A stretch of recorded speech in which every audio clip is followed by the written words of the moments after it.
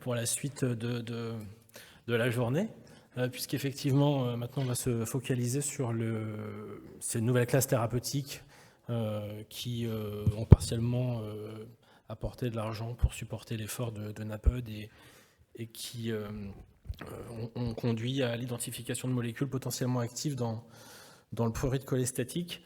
Donc je voulais juste, avant de laisser la parole à Pierre qui nous parlera justement des données de ces inhibiteurs d'ASBT dans les PFIC, juste vous rappeler qu'on sait bien que le prurite cholestatique est un symptôme extrêmement sévère et handicapant, en particulier dans le syndrome d'Alagille et dans les PFIC.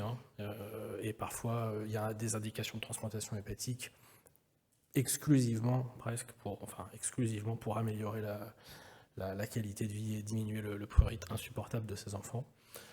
Et pour autant, la physiopathologie du prurite cholestatique reste mystérieuse. Le rôle des acides biliaires est certainement important, mais quel est-il précisément? On ne le sait pas. Les données de dérivation biliaire externe qui ont été présentées dans NAPED et des expériences empiriques dont je vous parlerai rapidement suggèrent effectivement le rôle de ces acides biliaires dans le prurite cholestatique, mais le mécanisme précis n'est pas connu. Et quand on ne connaît pas le mécanisme, on a forcément du mal à traiter le symptôme.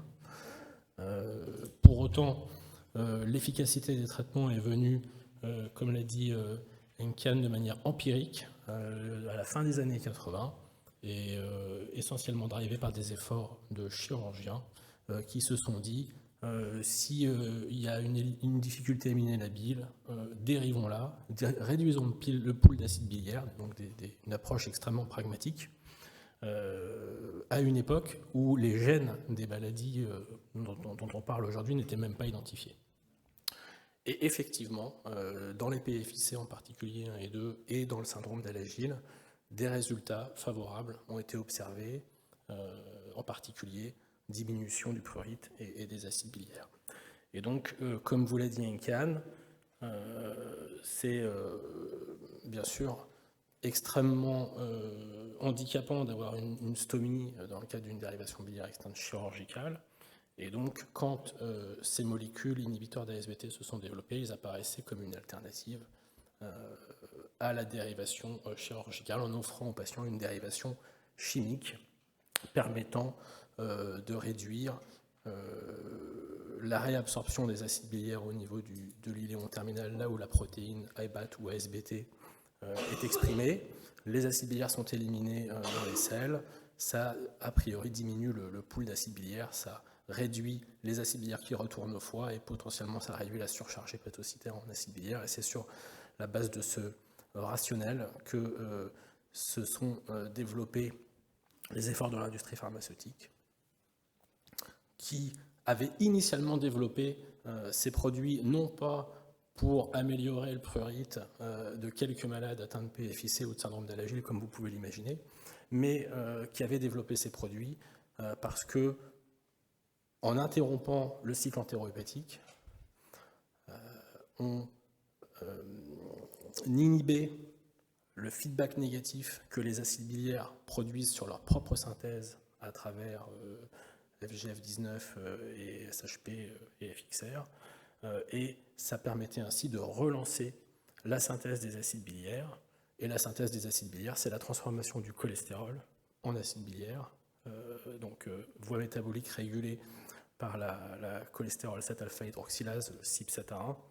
Et donc en donnant ces inhibiteurs d'ASBT, l'objectif était de relancer la synthèse d'acide biliaire et donc de diminuer le cholestérol. Et donc ces molécules ont ensuite fonctionné pas forcément aussi bien que ça dans cet objectif, mais en revanche avaient le potentiel d'améliorer le prurite de nos patients. Et donc vous voyez que effectivement différentes molécules ont été développées. Alors pour ce qui nous concerne en pédiatrie, je crois que vous l'avez compris, il y a 2 molécules qui sont en cours d'essai ou approuvées. Donc le maralixibat du laboratoire Mirum qui a été approuvé dans le syndrome d'Alagille, et le Devixibat du laboratoire Albireo, qui a été approuvé dans la PFIC. Et pour l'instant, on ne connaît pas la spécificité et les avantages de tels médicaments versus un autre. On est juste très content d'avoir 2 molécules sur le marché, bientôt sur le marché, qui vont pouvoir améliorer nos patients.